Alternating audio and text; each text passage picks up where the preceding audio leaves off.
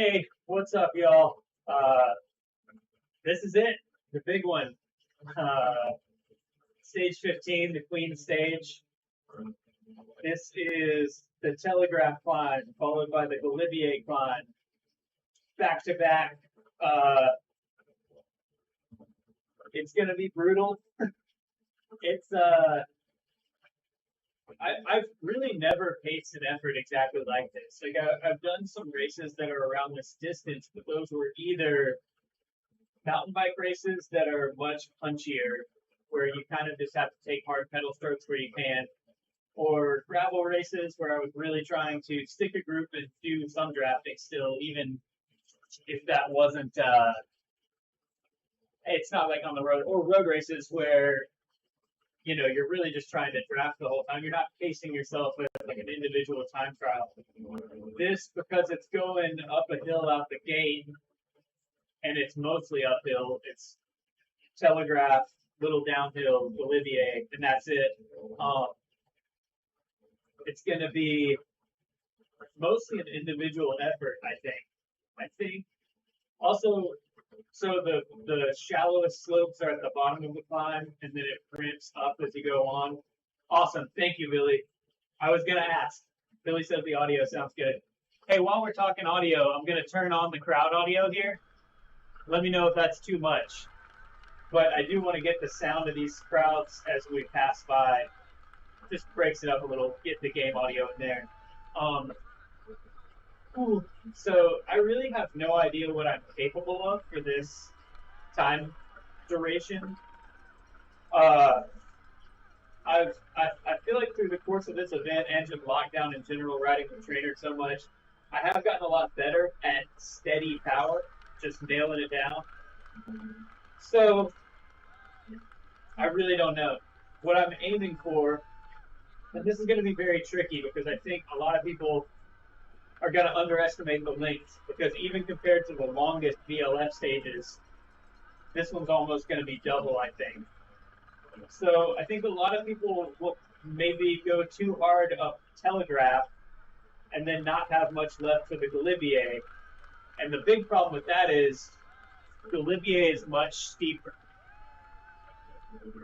or it has much steeper sections. So if you're blown up, if you blow yourself on the 5% section at the beginning here, and then you don't have much left for the 10% sections at the end, you're going to lose a lot more time than you gained early on, I think, even if you were drafting. So my plan is, I've run the numbers a few different times, and there's a lot of conventional wisdom about what percentage of your FTP you can hold for this kind of duration. Thanks. And Andres Beck says, have fun.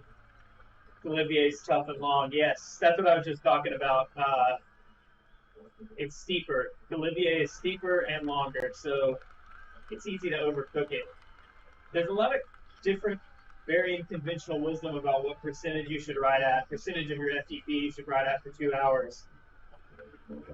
I think, so I've run the numbers a couple different ways, and it comes out to somewhere between, for me, my FTP right now is like 295.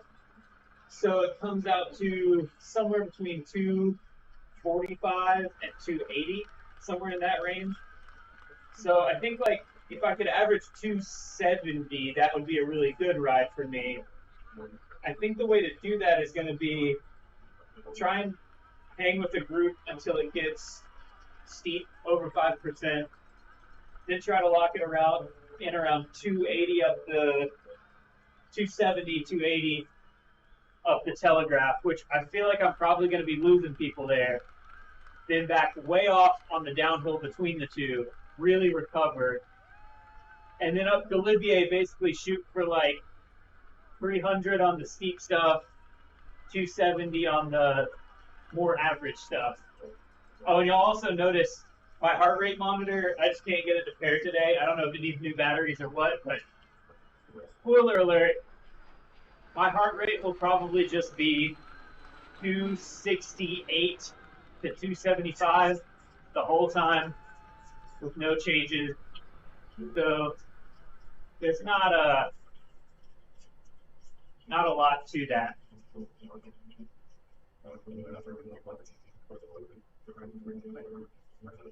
Definitely want to.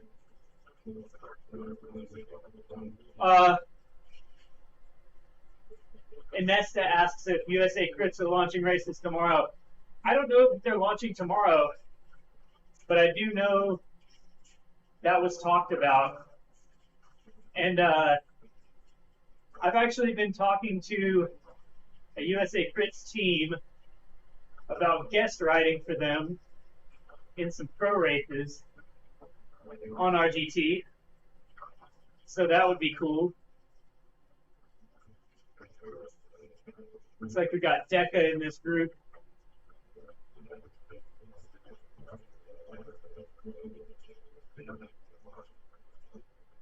I'm imagining here Deca, Freeberg. Those are the guys that are going to beat me.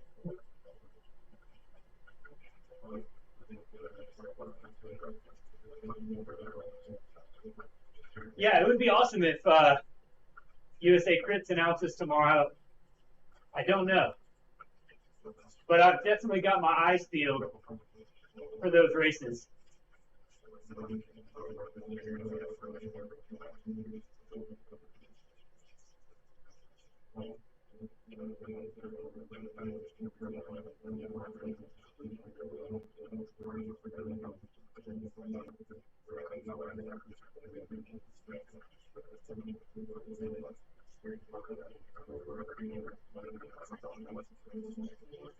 There's Deca.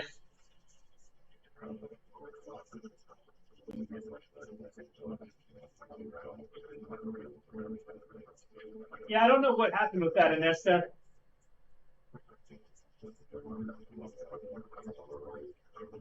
Maybe that was before Vive La France got announced.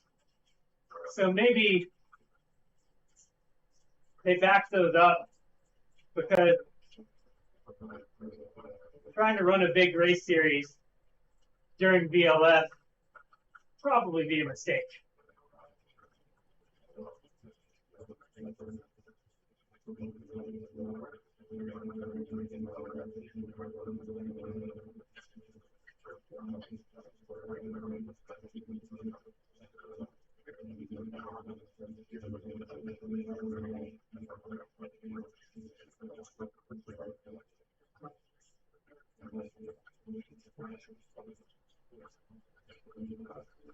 All right, I'm overcooking it a little. Let's see. If I can get to this group for this next flat, that would be good.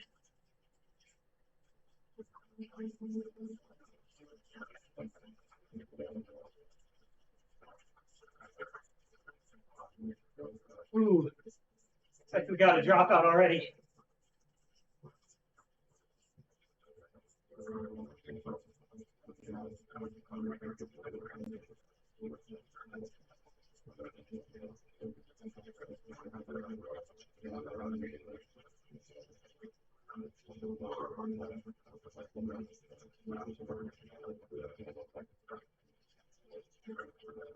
All right, I gotta quit chasing Deca. Settle in. It's gonna be a long day.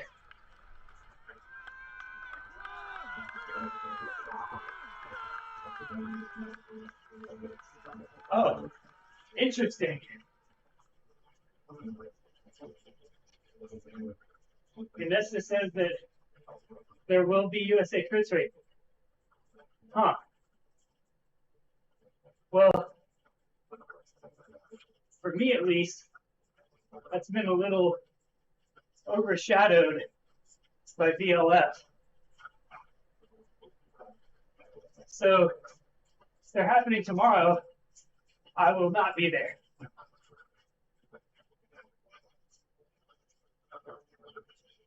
Even though it's technically the rest day for this, I'm going to be doing the first time slot of stage 16, which for me is tomorrow night. I'll check that out on Twitter. The USA Crit said that. Thanks, Drader. YouTube. I assume you're on the hill somewhere, right?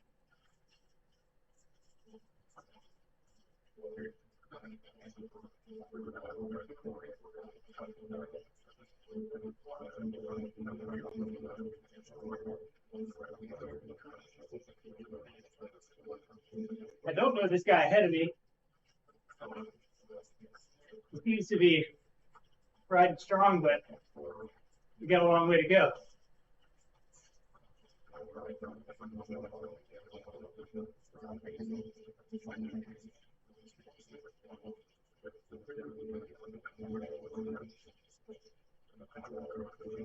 Sweet. Billy said the crowd noises are good. Hopefully we got some clusters of fans on the climb today. I will say, for everybody tuning in right now, this one is going to be a slog. This is probably going to be 2 hours. So get some popcorn, put on the tour replay in the background.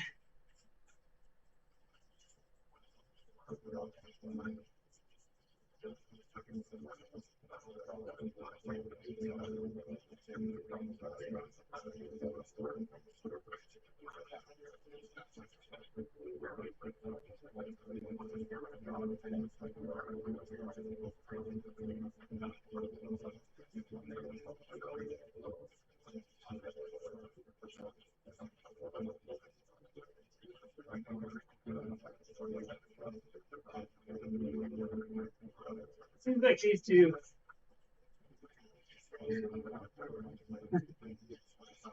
Sarah got my cat over here. Love you, Sarah. Love you, Donut.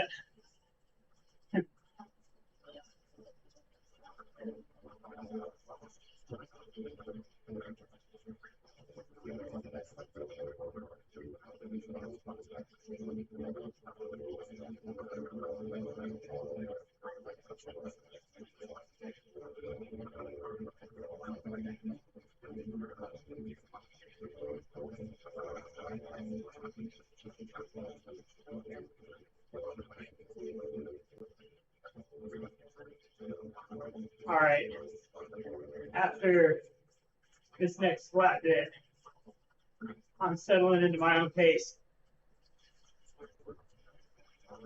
Billy, Decca has not cracked yet. That's I guess that's what we're here to find out, huh?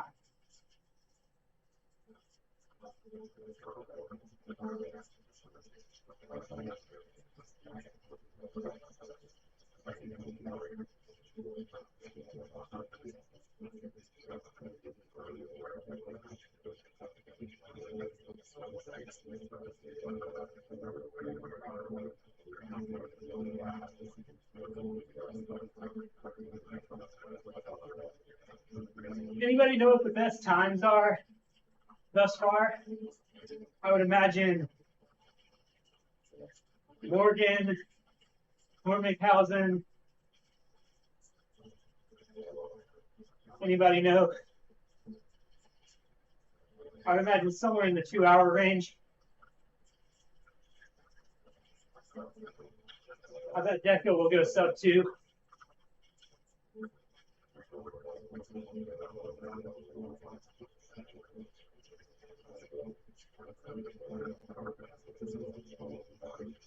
What's up, Graham?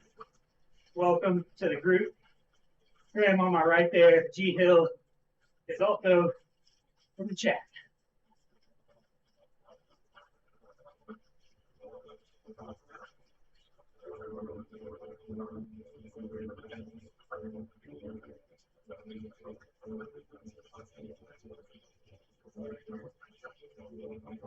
Ooh, John, by the way, says, one 138 for Hormenhausen.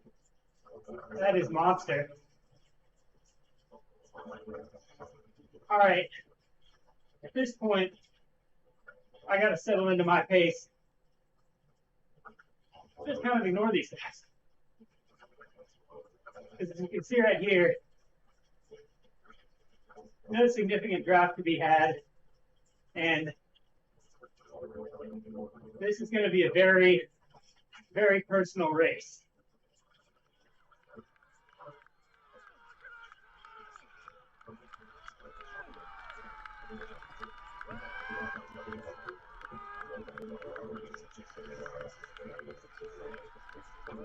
So John says, Hormenhausen did 4.7 watts a kilo average. And he is a legit German pro Conti rider. So anyone who's doing that on these lower slopes, I'm going to say can't hold it or he's a legit pro. Either way, I don't even follow him.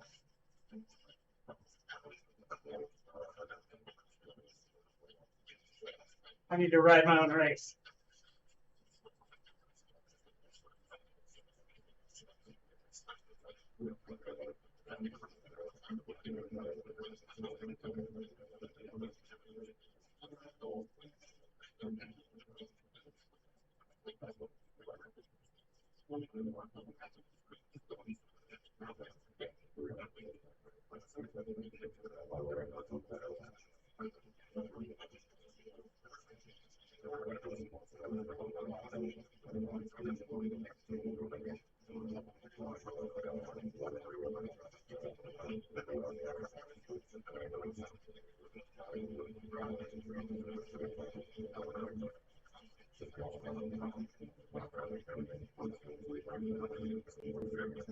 Is 4.7 legit? Or is Hormenhausen legit? I think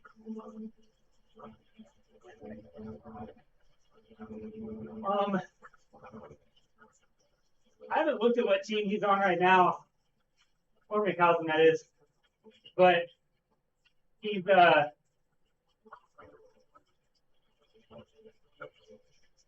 gotcha. Yeah. Same team as Dan Craven. I just looked at his pro cycling stats page. Glanced at it. And I'll say this. If you have a pro cycling stats page, that's already pretty gnarly.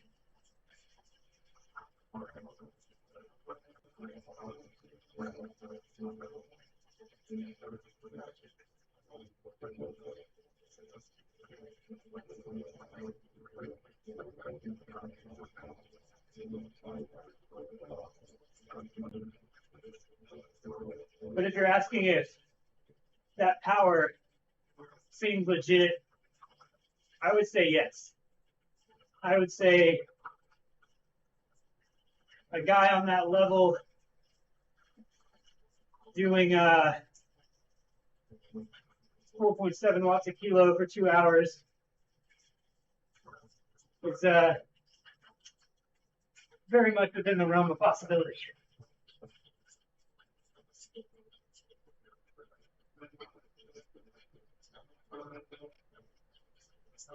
Ooh, 14.8.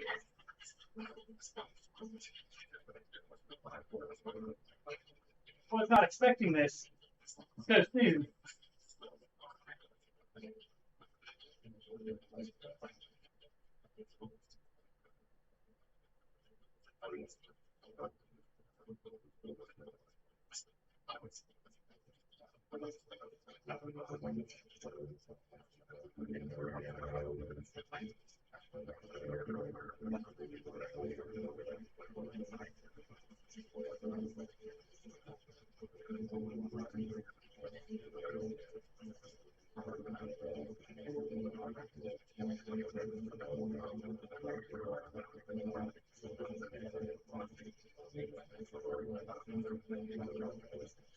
Looks like we lost Faraglu.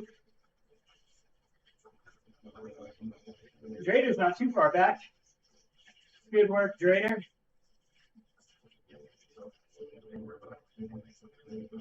Certainly striking distance.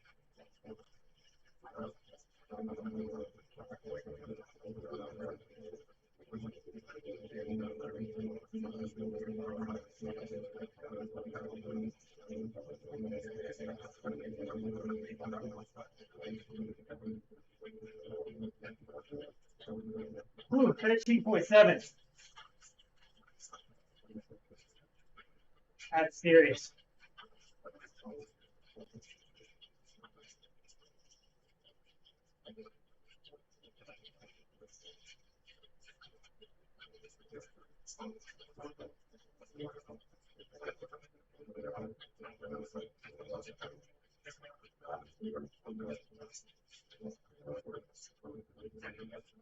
Oh.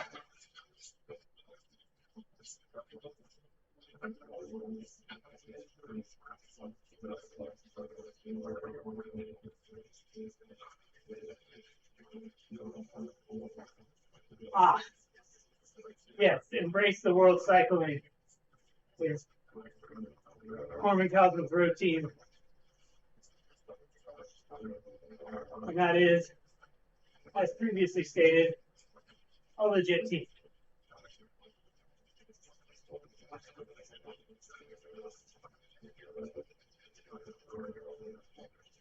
Whew. Even on 50% trainer difficulty, I might have to use the small ring today. That was full cross chain for a second there, which means big ring, big cog, which is not super efficient.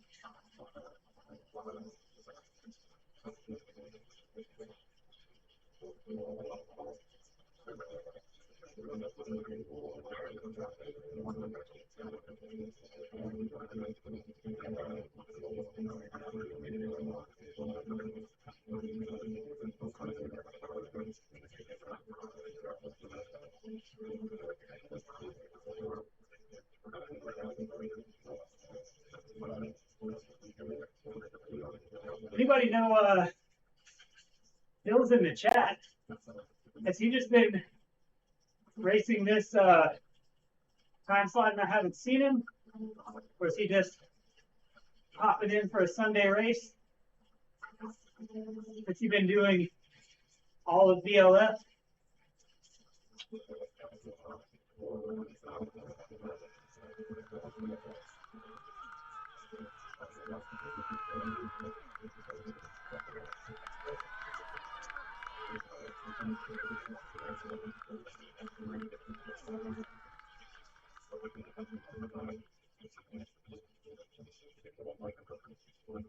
Those heads is back.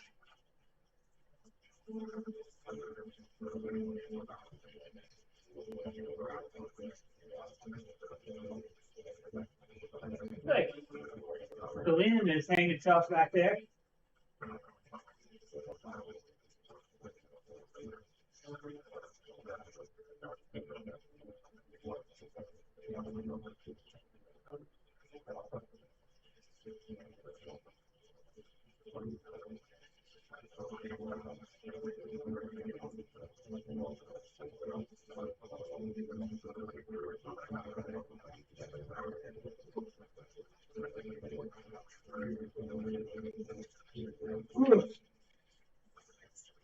Nice start time.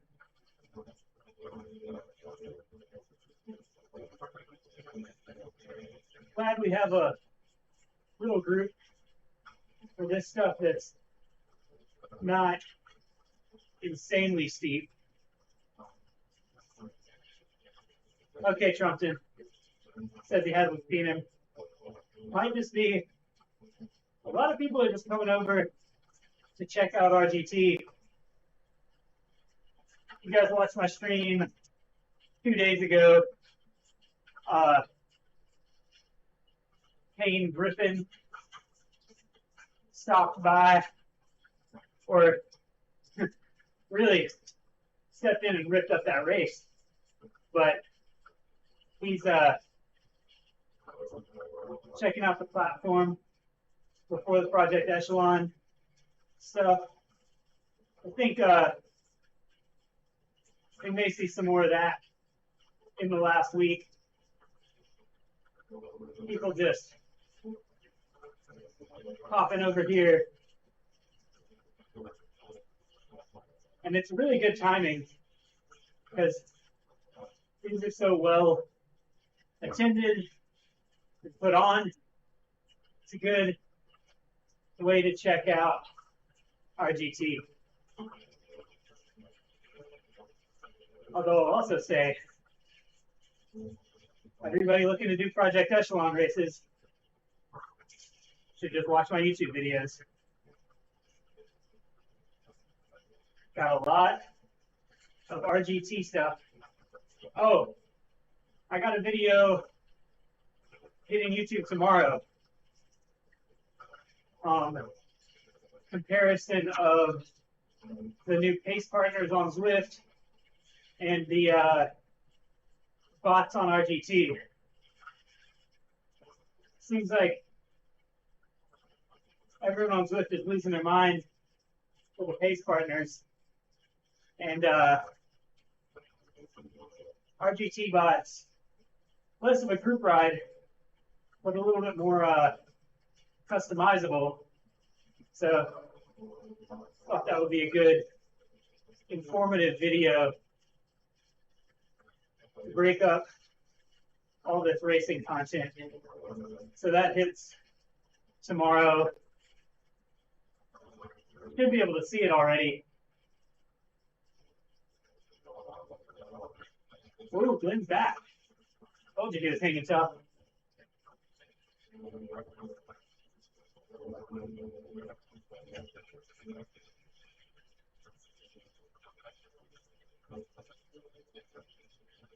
Way to pace it, Glenn. I'm also going to say no Tour de France spoilers for this stage, for today. Haven't seen it yet.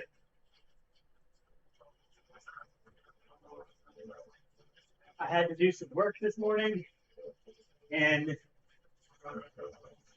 here I am. So I was hoping to catch it between work and this, but the replay hadn't gone up on NBC yet.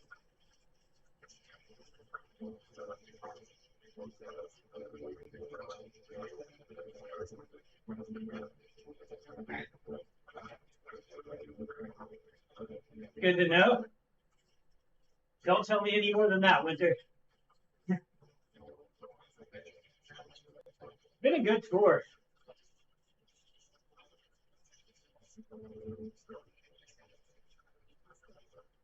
Yesterday's stage was great.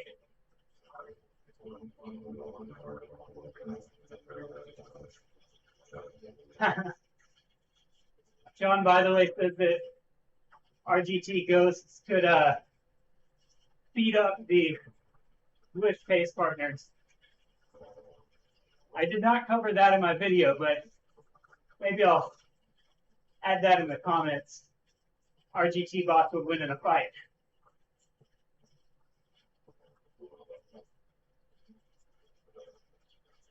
What has frustrated you about this tour, Winter? It has been really unpredictable, but I kind of like that.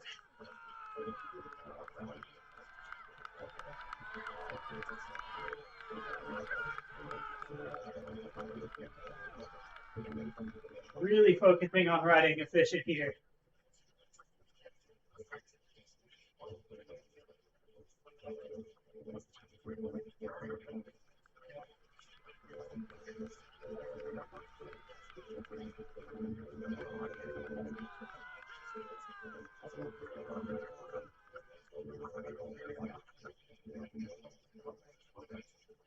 Ah, Winter, it's been interesting for me. I mean, I'm a fan of Sagan in general, but not having him just completely locking up the green and not having any of us completely locking up the yellow has been really fun to watch. So I'm a fan of that.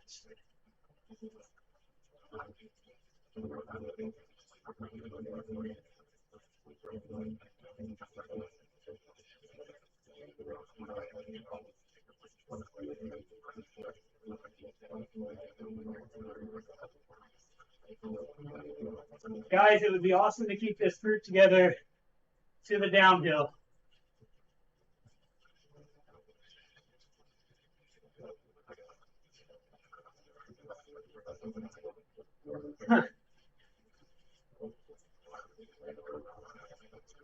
Yeah, John works for RGT, so he's been pretty stuck into this event because he has not watched the tour for the first time in 30 years. John, we're going to have a really good highlights package to catch up on. Really good.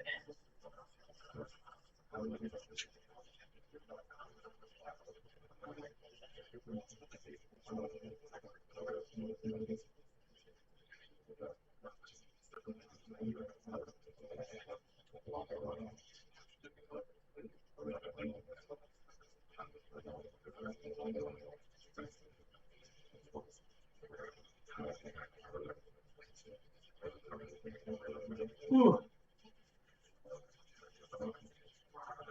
I've also got to congratulate John.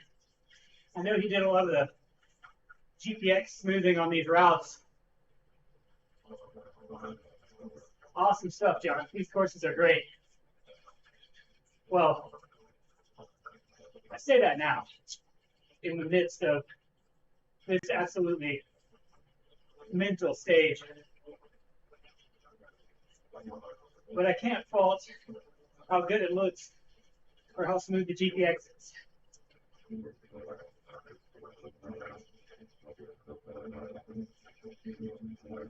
Maybe it's a touch hard.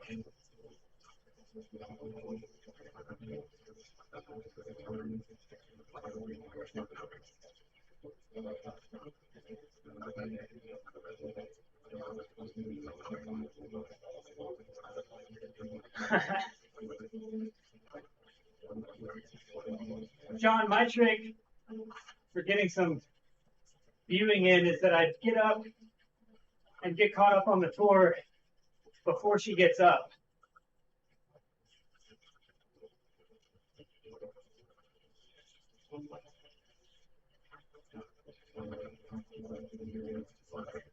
Yeah, Winter, it seems like Ineos, they're a little shaken up this year, I think. They don't quite have it like they have in the past.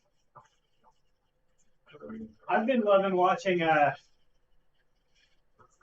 swashbuckling riding from Alaphilippe and from Sunweb.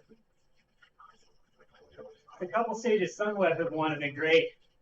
Yesterday, that was just great tactical riding from Sunweb. I know, Winter, you're probably bummed that Sagan didn't get it, but I love seeing somebody take those chances. All those attacks in the last 5K, making it stick. That is good stuff.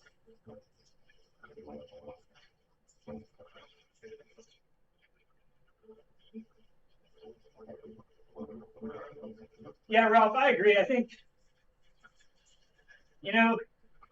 probably Froome and Thomas would have been a help, but I think the team felt like they couldn't trust them not to ride for themselves.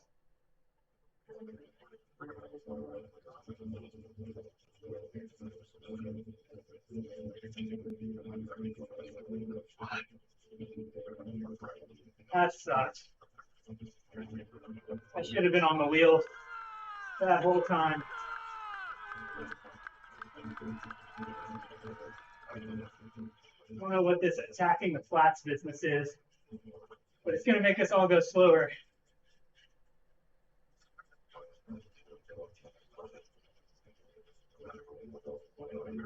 Well, it's been awesome, John. I really love the event. This is kind of what I was hoping this Lift Tour de France would have been.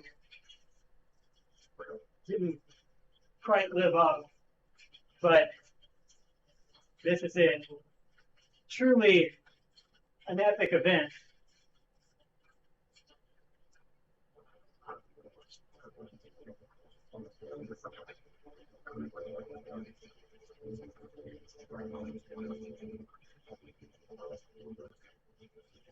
I do wish I was running a head unit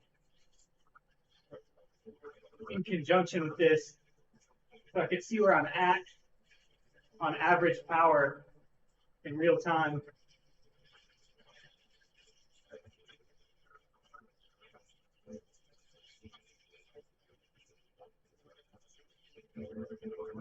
Anyone looking to do that, by the way, that's how it's done.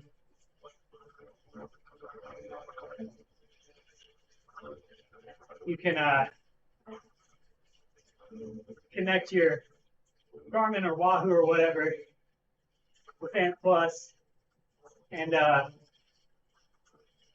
open protocol, so it can connect to multiple things. And you can connect that while you're riding RGT. Set your screen up however you want. So you average power, lap power, all that stuff.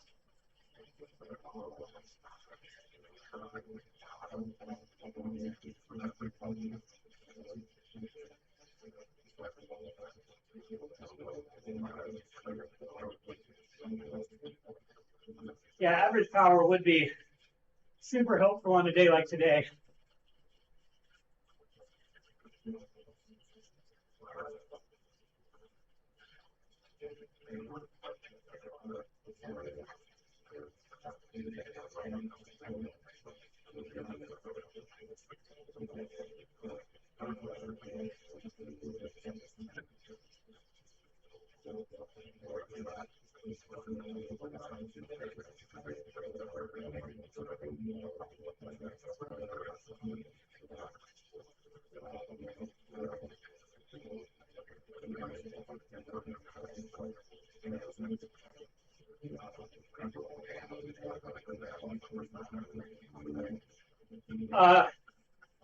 Winter and Ralph,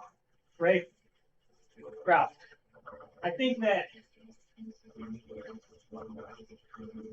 Ineos basically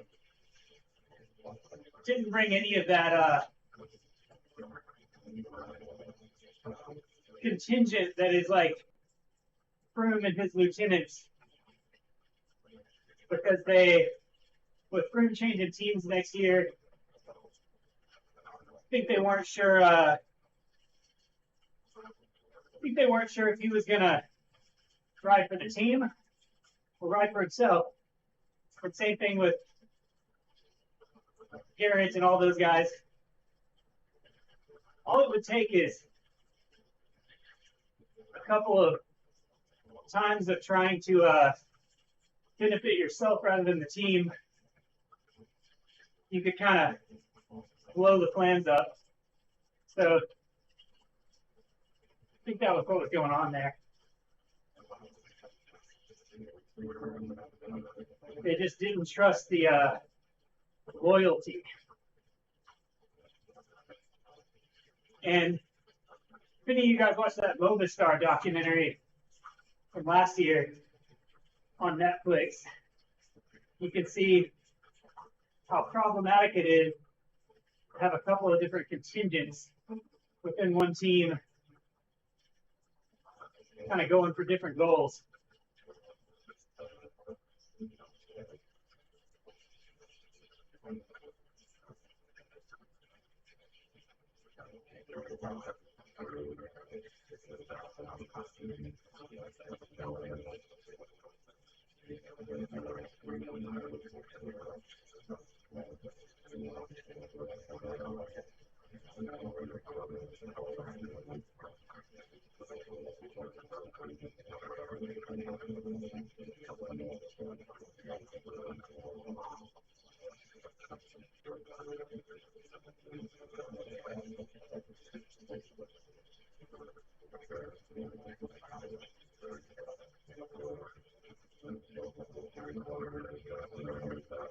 Lopez is riding really inefficiently. I don't know if you guys just noticed him flying by me at 8 watts a kilo there, but I'm going to try to stick with Hill's pace rather than Lopez, because Lopez is all over the map. Hill seems to have it locked down. Hey, you guys tell me if my fan noise is too much, too little when we come by these guys up here.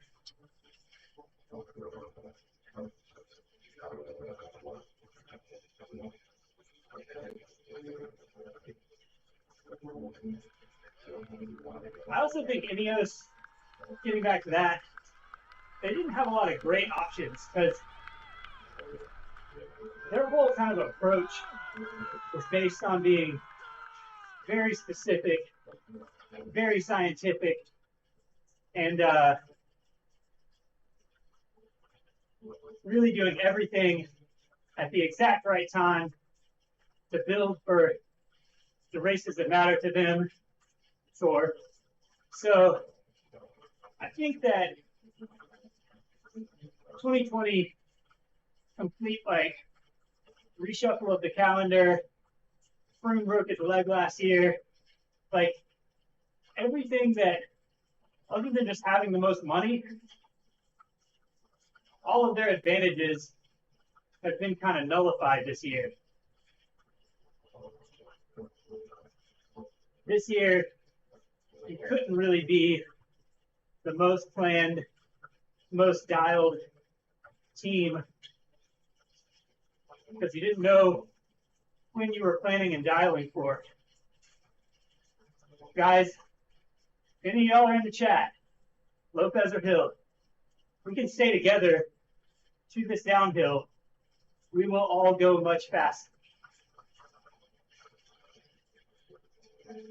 All three of us will net better times for the stage. We still got a good hour and change probably to attack each other. So why not really get the best times you can? Glenn must be in the chat too. He heard that and was like, I gotta get back there.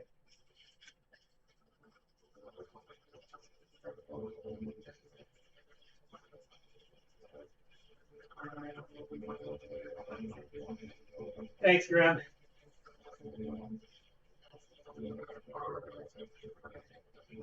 Graham Hill, I think I might have called you Garrett Hill at some point. That's a professional skateboarder. I got skateboarding on the brain. But for those of you that don't know, grew up skateboarding, came to cycling kind of at the tail end of fixed gear boom of the aughts, when, especially in San Francisco, a lot of skaters or ex-skaters started getting fixed gears. And I kind of eased into it from there. Started riding fixed gear, racing alley cats, delivering food on a bike while I was in college. And a lot of the people I was working with were into cyclocross road. So eventually got a crappy road bike, single speed cyclocross bike.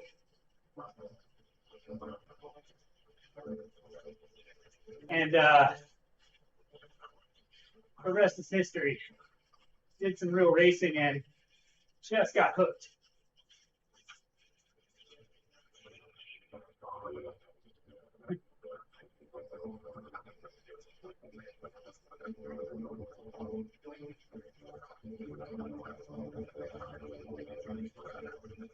All right.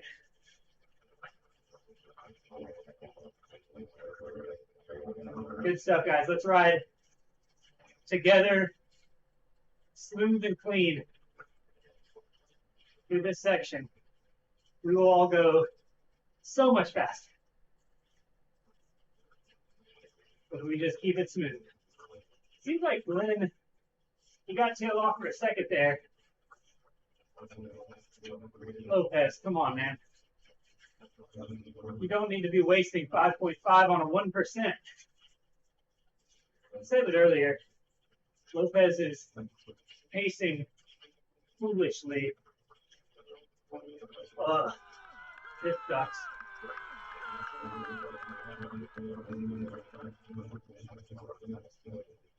Honestly, Hill, if we drop Lopez or let him go, we'll probably go better.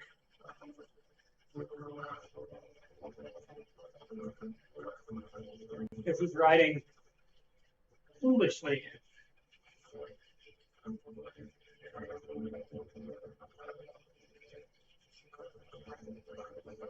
Yeah, Ralph says he had close to 400 TSS this week. That sounds about right. Lopez, why would you do 5.6 watts a kilo on the downhill, my man? Somebody find this guy and send him a link to this stream. It's like, I mean, you can do that. I'll go with you. And I will be in your draft, but guarantee, okay, we call my shot here. Guarantee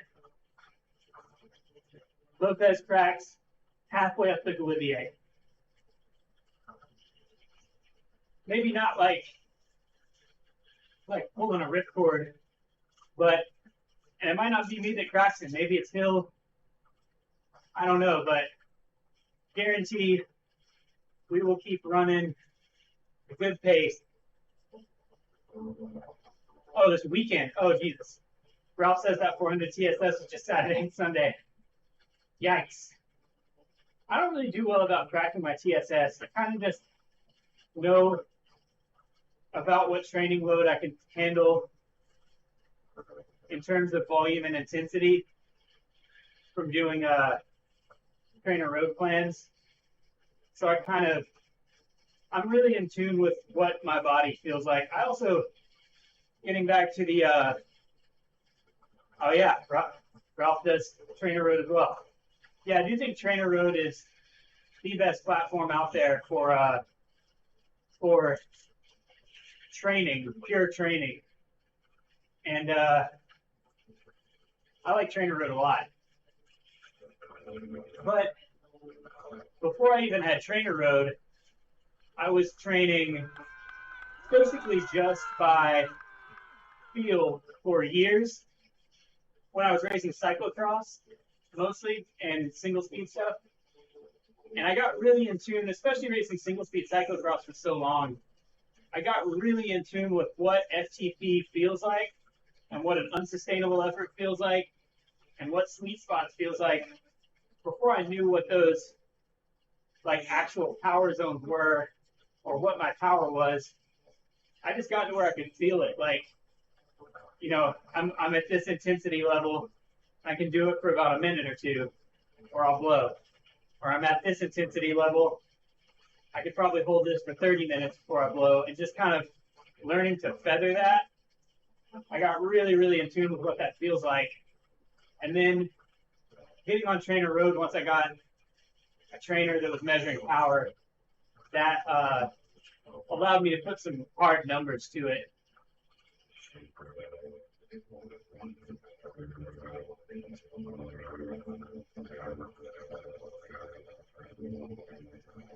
trying to, I believe it was David Daly, one of the dirt guys, might have been Mike Lister, one of those dirt guys on one of the early stages with a lot of descending, did an incredible job of doing like 0 watts all the way down and hanging with people who are doing way more of that. I'm channeling him right now. Look at our watts over on the left. Lopez is doing almost 6 all the way down. I'm doing nothing, and I'm hanging in here. That is being good at riding on the platform. Yeah, Matthew, it seems like it. For whatever reason, Matthew says I seem to be the only one rotating. I don't know. It seems like Quentin knows what he's doing because he keeps coming back to the group. I think Garrett Hill is pacing pretty evenly. Lopez is just going all out. And it also seems like Lopez wanted to go harder every time it would get flatter, which is the exact opposite of how you should pace an effort like this. So what I think that means is when he was feeling the resistance on the trainer drop, that's a classic thing to want to smash on flats.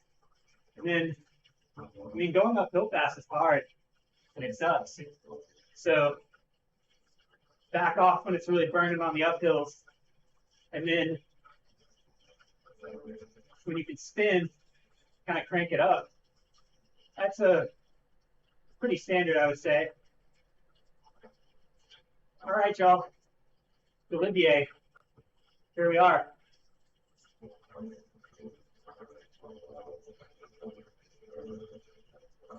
I'm actually going to try to disregard Lopez a little bit at this point.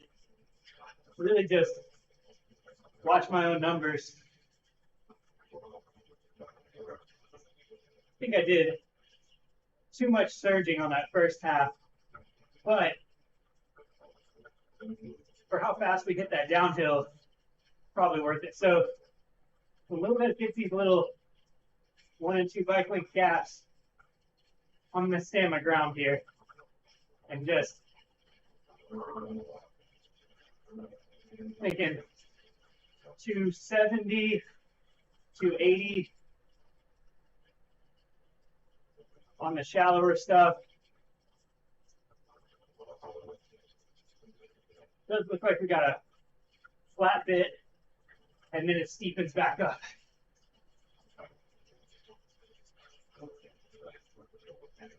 Appreciate all the likes, everybody. Appreciate everybody hanging out. It is very motivating.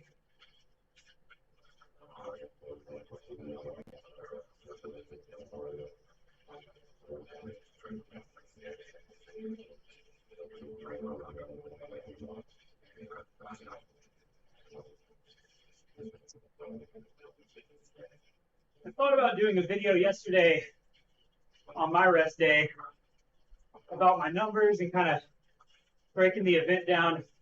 I think I'm going to do that after. So be on the lookout for that.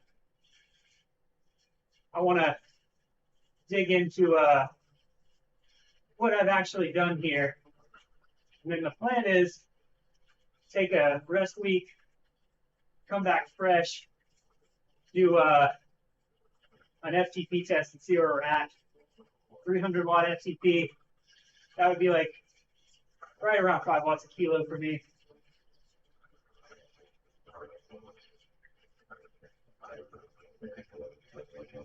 Again, Lopez kind of surgy. Not really with that. I will definitely do a recovery / diet video. Ralph, got a gel right here. I'm trying to put down this bottle of scratch mix. Glad you reminded me. And then I'm going to switch to ice water and gel.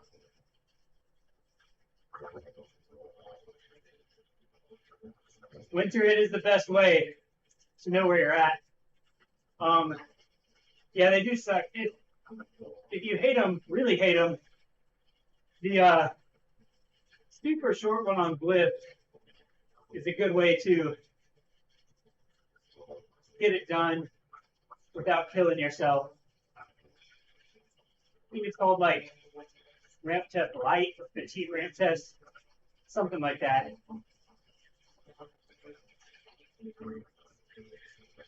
I will say they're all pretty accurate at this point. I've done 20-minute test on Zwift, ramp test on Zwift, ramp test on Trainer Road. I've done 20-minute time trial on RGT, had it set my FTP automatically. All those things came out within about 10 watts of each other. So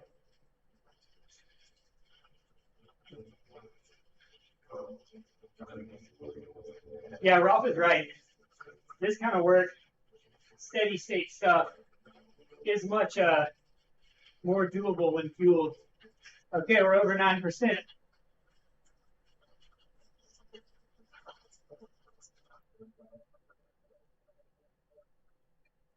Make it count.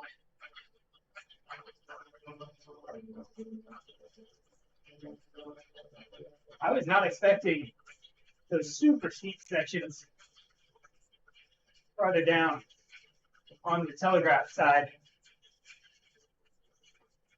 They don't really show up.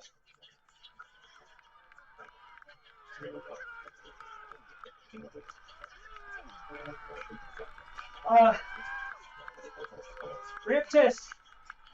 You know, they say that, Mr. Poppy, but I am a heavily VO2 max rider, and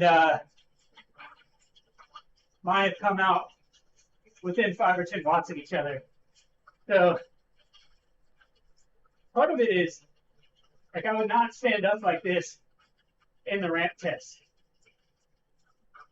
You gotta commit to that effort for what it is, which is a seated test, even jumps to exhaustion.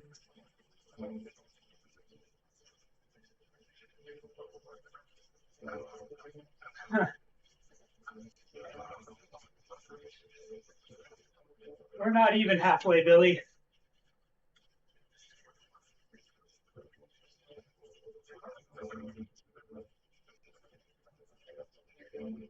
So, Watch Lopez is probably, if I had to guess, going to put in a huge dig on this clat bit to get back to us, which is not a good way to route.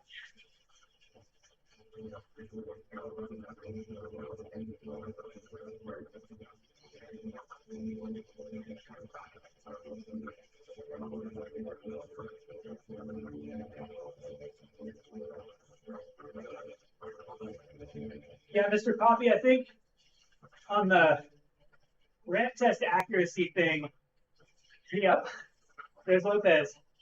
Loves to go fast on the flat stuff. All right, dude, let's go if you want to be the engine.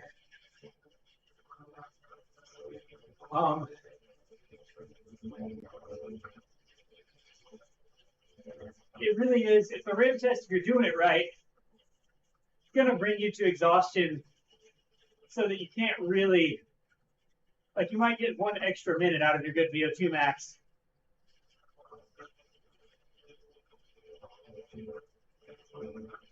Ralph, I thought it might, because my FTP, when I'm, decently trained, generally hovers in the 280s, 290s. But then I did first stage of this race, basically a 20-minute time trial, and I did 310 for like 22 minutes, which basically times 0.95 puts me, Lopez, man, what are you doing?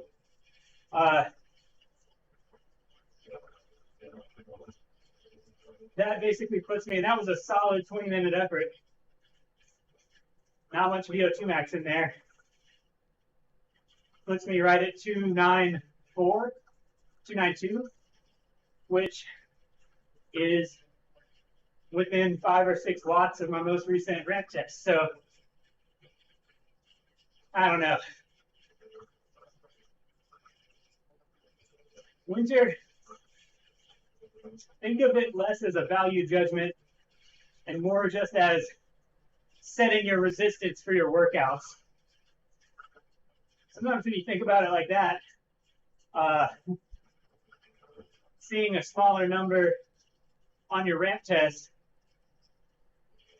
it's almost like someone reached over and turned your treadmill down one. Like, it means you can see that number and go like, oh, that seems doable. So all this stuff is about tricking yourself mentally.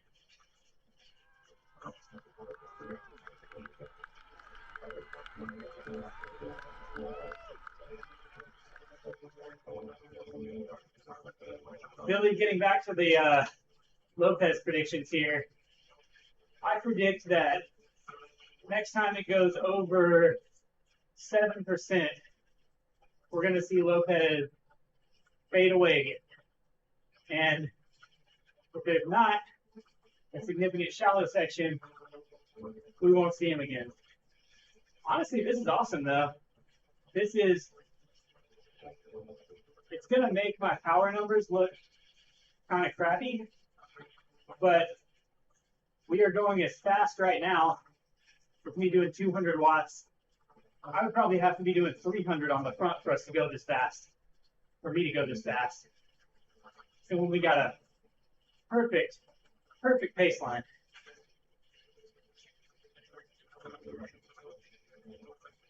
Winter, there's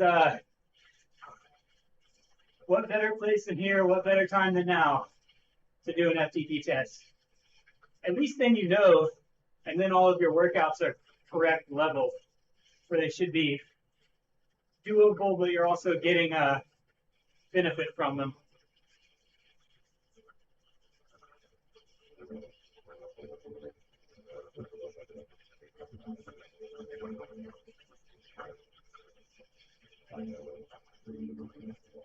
So we're well over halfway in terms of the kilometers we've covered, but we're right around halfway in terms of the climbing, which means that we are coming up to the steep stuff. I wasn't sure what to make of Glenn. It seemed like Glenn was dangling back there, and I wasn't sure if that was a strategical or if he was just having trouble surfing the wheels. I know for a lot of newer people, and I don't know exactly, again, I haven't been doing this time slot, so I don't know everybody up and down, but I know for a lot of people, it's tough to get used to staying in the wheels on RGT.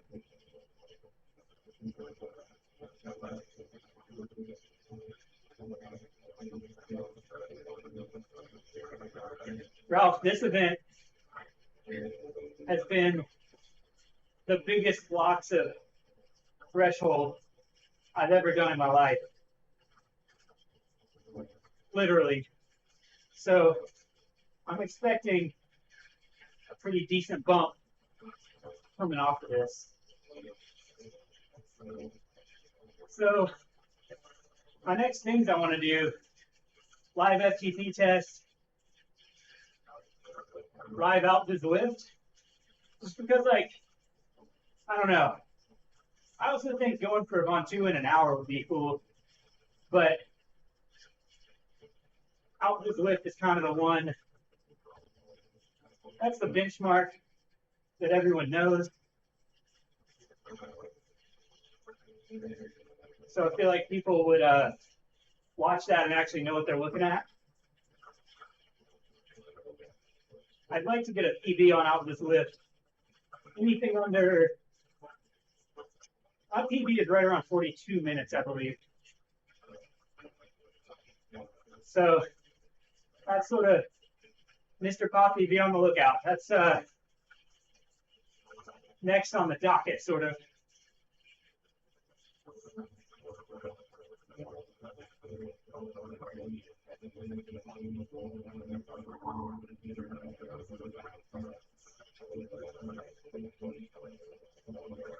Yeah, Ralph, the hardest part of this event has been every day remembering you got to do it again tomorrow. So keeping it not as fast as you can go, but as fast as is repeatable. And a lot of times, 10 or 20 watts can be the difference between being able to push tomorrow and feeling totally blown tomorrow. So I've been riding that line this whole race. Especially, I started it. If you guys haven't seen this, go check it out. Stage 2, I had a dropout that was totally my fault. I had my Amp Plus dongle plugged in right above my graphics card, which gets very hot when I'm riding and streaming RGT. And it made my Amp Plus dongle get too hot, drop out. So I had a dropout on stage 2. The only way I could get it done was to stay up and do the stage at midnight. So maybe not the best way to set myself up for a successful 3-week tour, but I think that did make me take my recovery more seriously over time. Can somebody look up the results and see if Hill has done any of these? Or, I don't know if Hill's still watching. Let me know, is this your first stage?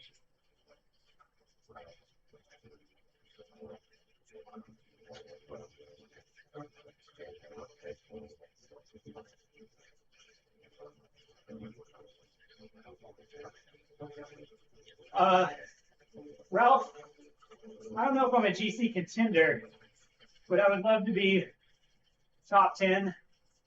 I'm really just trying to do decently across the board.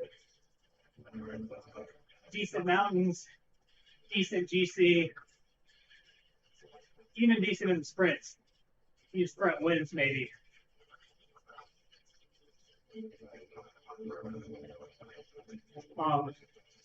That's the goal. I want to be well-rounded.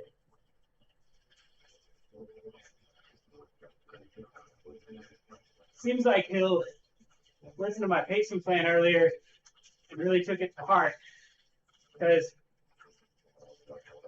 he is riding almost exactly what I thought I would.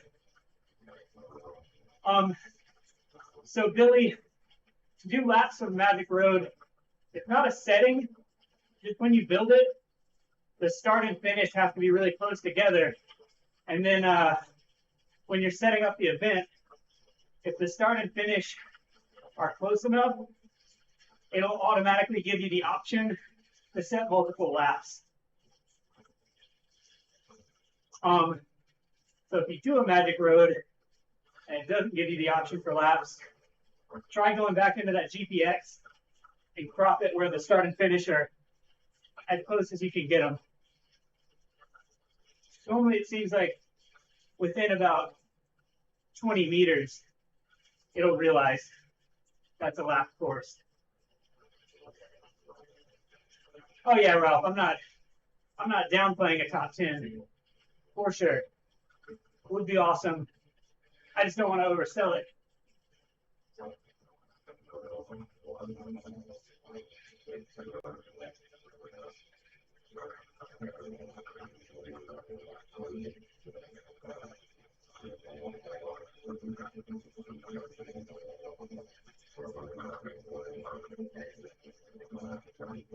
All right, time to fill this bottle.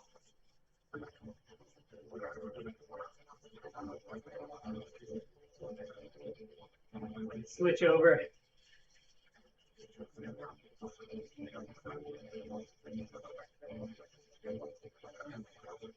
Billy, I think I mentioned that in my Magic Roads 2 tutorial video, but I might have kind of glossed over it pretty quick.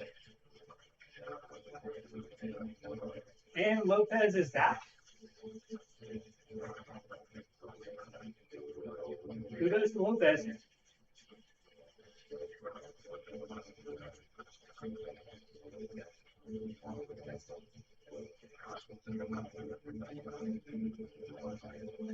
All right, ice water. I suck number 2.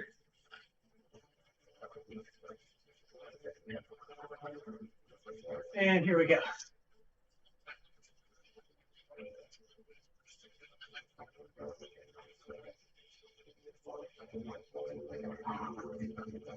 Back in it.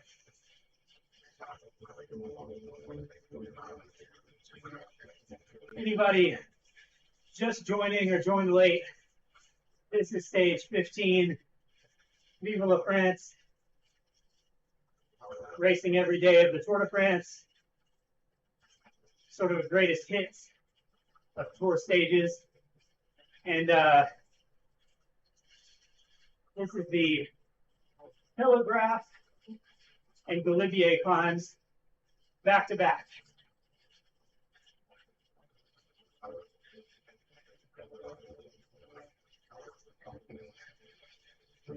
Looks like we're on track for a pretty solid time here.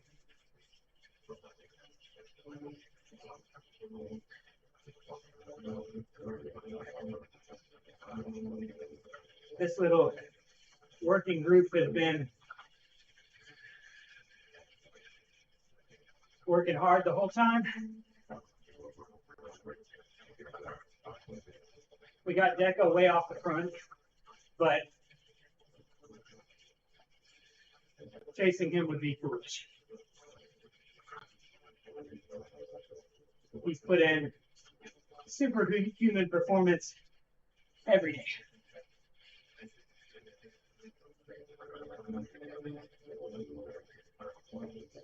Probably pop that gel here in a minute.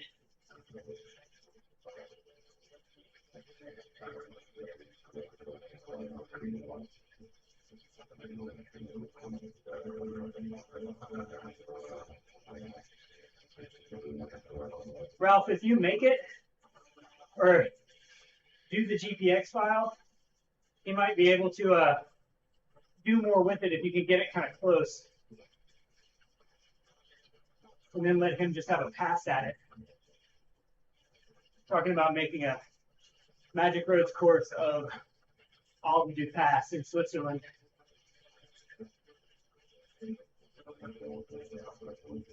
Steep part.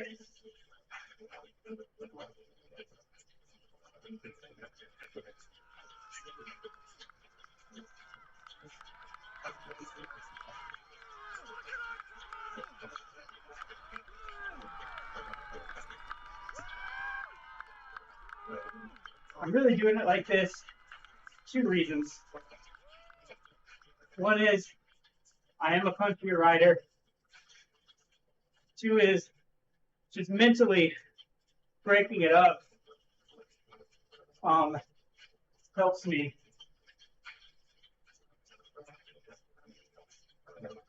Standing some, mix up the muscle groups.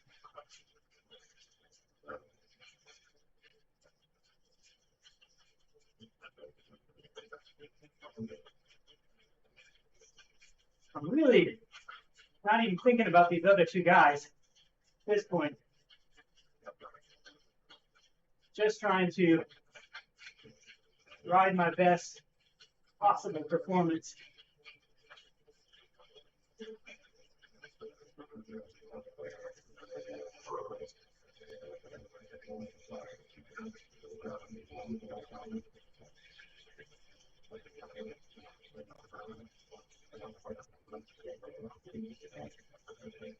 Both has responded.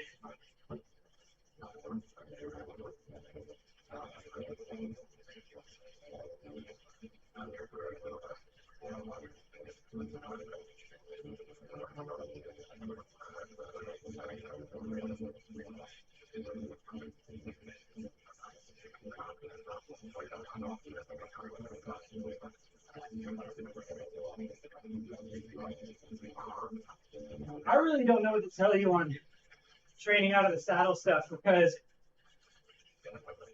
I live in an area with a lot of steep climbs and I race cyclocross,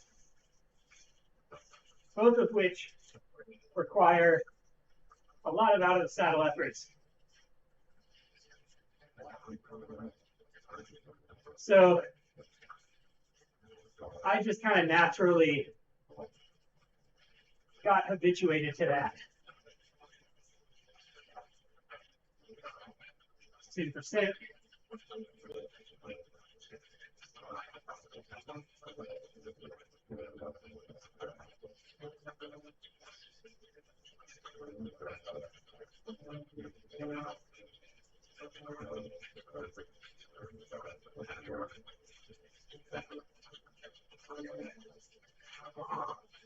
Was that your question, Ralph?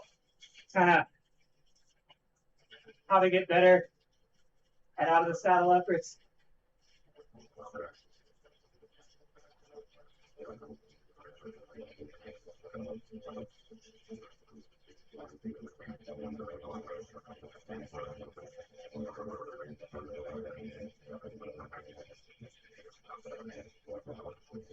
Draper's looking good. Moving up. Top 5. Way to go, Draper.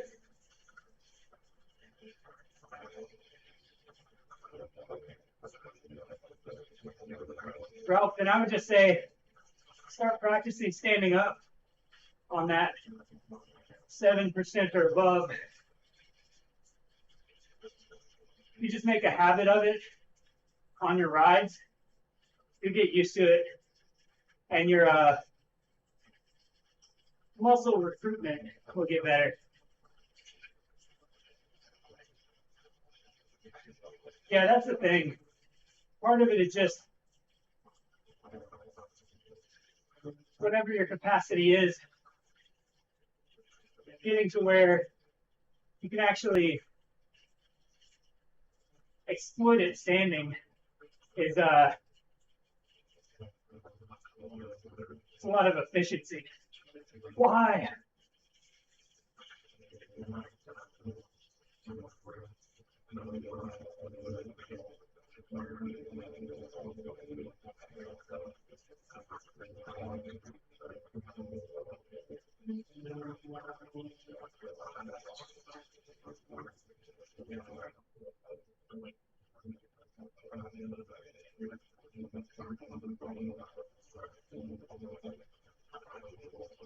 All right, gel time.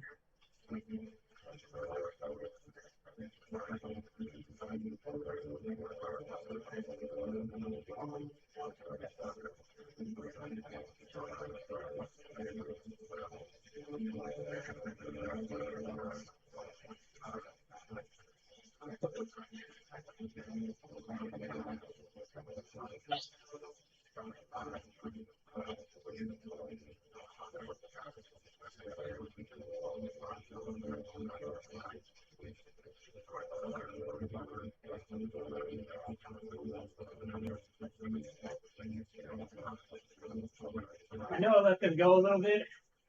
I had to get a gel down though. That was a crucial moment. I was about to kick up. So sometimes getting the food down is the most important thing.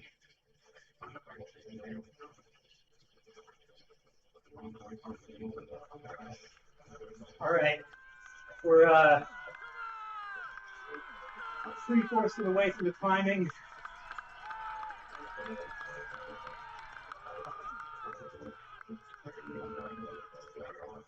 Looks like we're on track for a top 10 time at least. Maybe even top 5. We will see.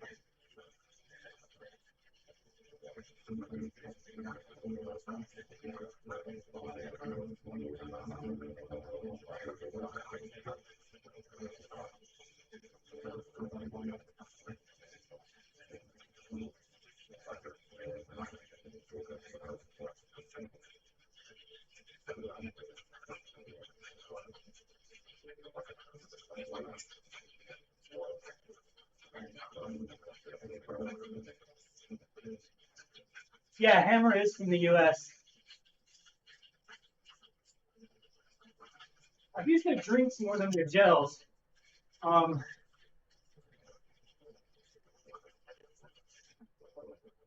normally like the science and sports stuff,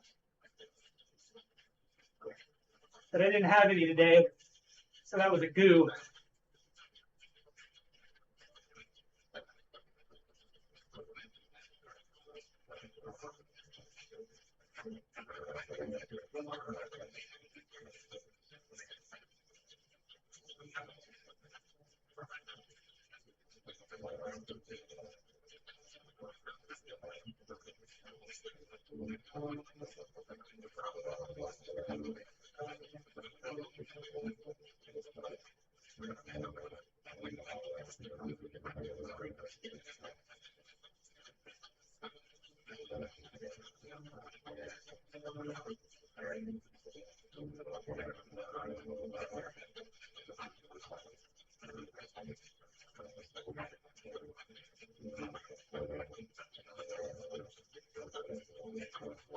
Yeah, I like the SIS stuff.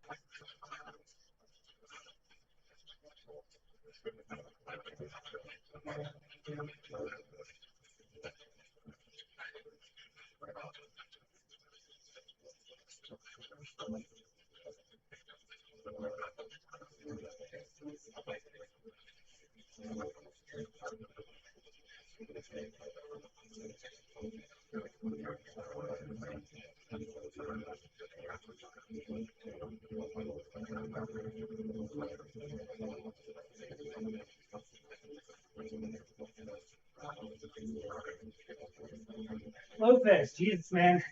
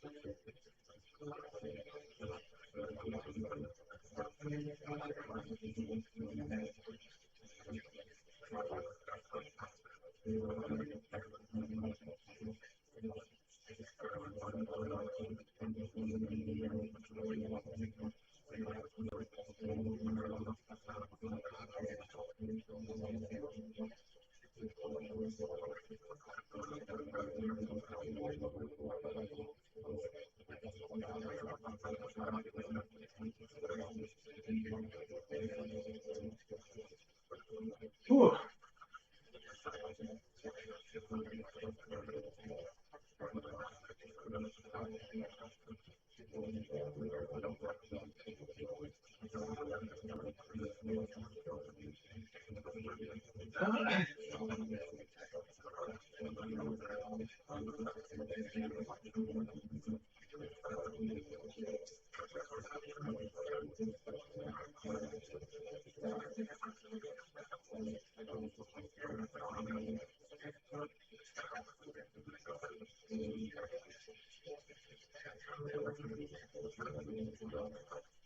I don't know. You tell me. Somebody look up Lopez. I want to say I've seen his name.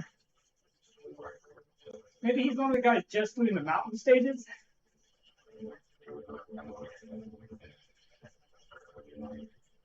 I don't know.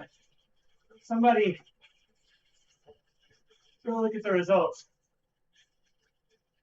These are two guys I don't know much about.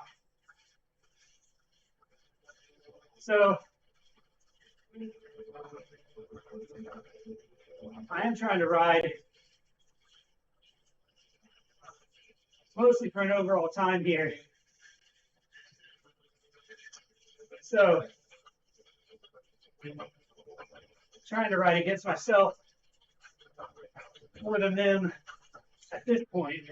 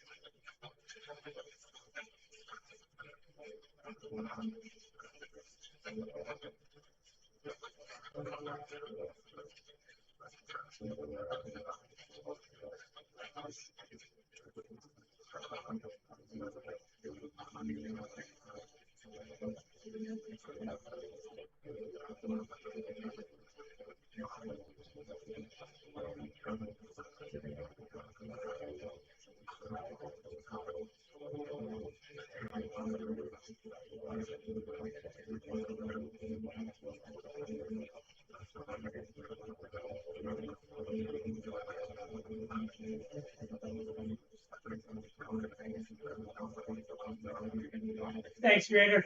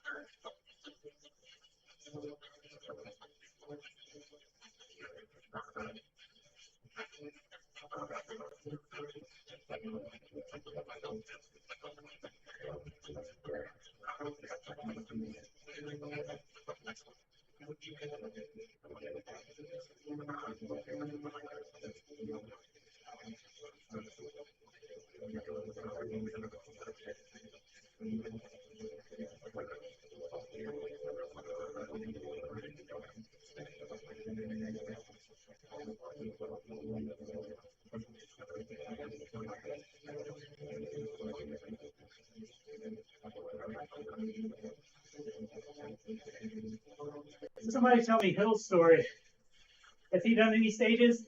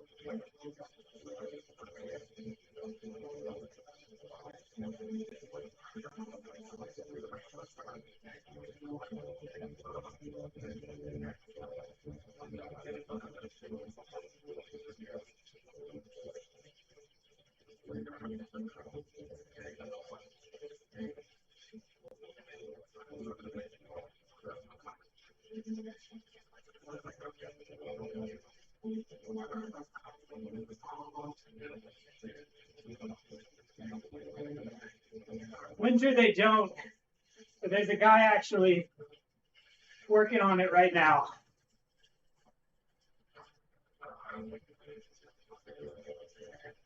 There's a guy who's playing with it for this event.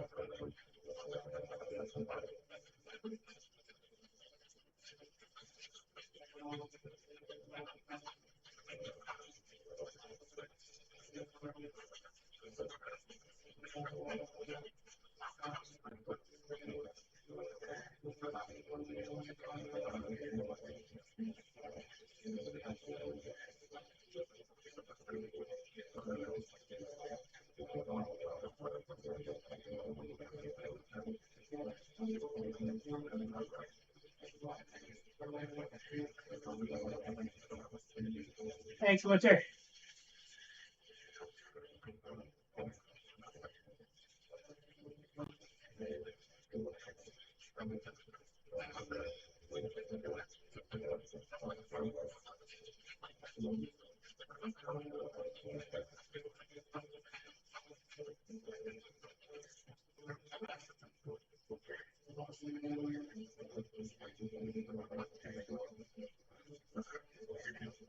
Not yet, Ralph.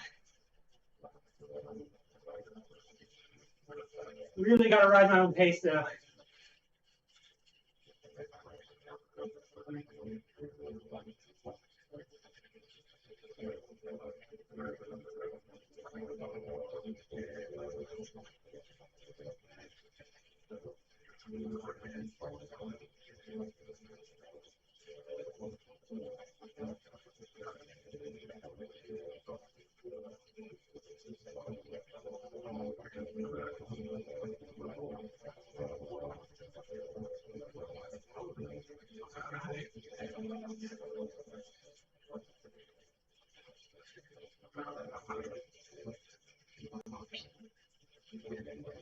Yeah, Winter, this is it.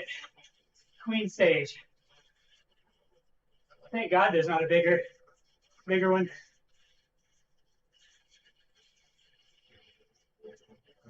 No, just smaller.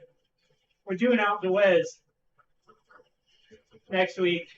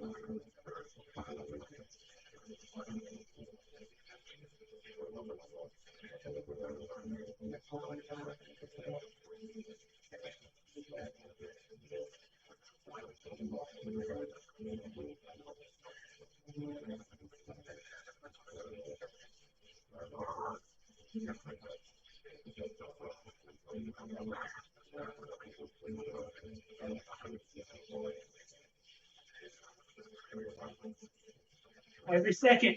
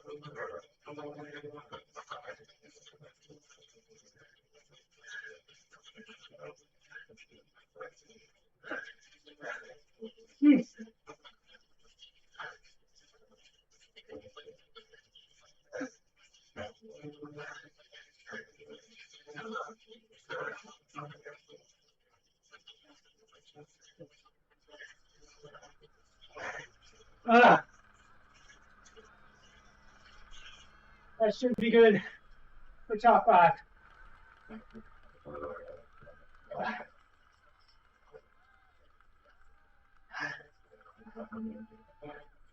Good work, Hill, Deca, Lopez. Let's see. Keep at it, Trader. Oh, that hurt. 273. I said 270 was the goal. Regardless of losing those 2 guys at the end, stuck to the goal. I think I squeezed as much speed out of 273 average watts as I could. I'm interested to see. Oh, sorry, y'all. Look, I'm interested to see what I weigh right now. I'm gonna go weigh myself. I bet I'm closer to 60 kgs than 61, but I was 61.2 when I was getting on today, so I'm racing at 61 because it doesn't give you the decimal options. Ooh, 0.97 IF. So theoretically, if your FTP is set correctly, 1 IF is like the maximum you're physically capable of. So tomorrow I'll be back in the 0030 VST time slot for stage 16. And in the morning, I got that video coming out about RGT bots compared to the Zwift pace partners. So check that out. I'll be sharing that around. In the meantime, I'm going to go elevate my legs, do some stretching, eat a bunch of food. Thank you, everybody who stayed with me. Appreciate it. Really helps having you guys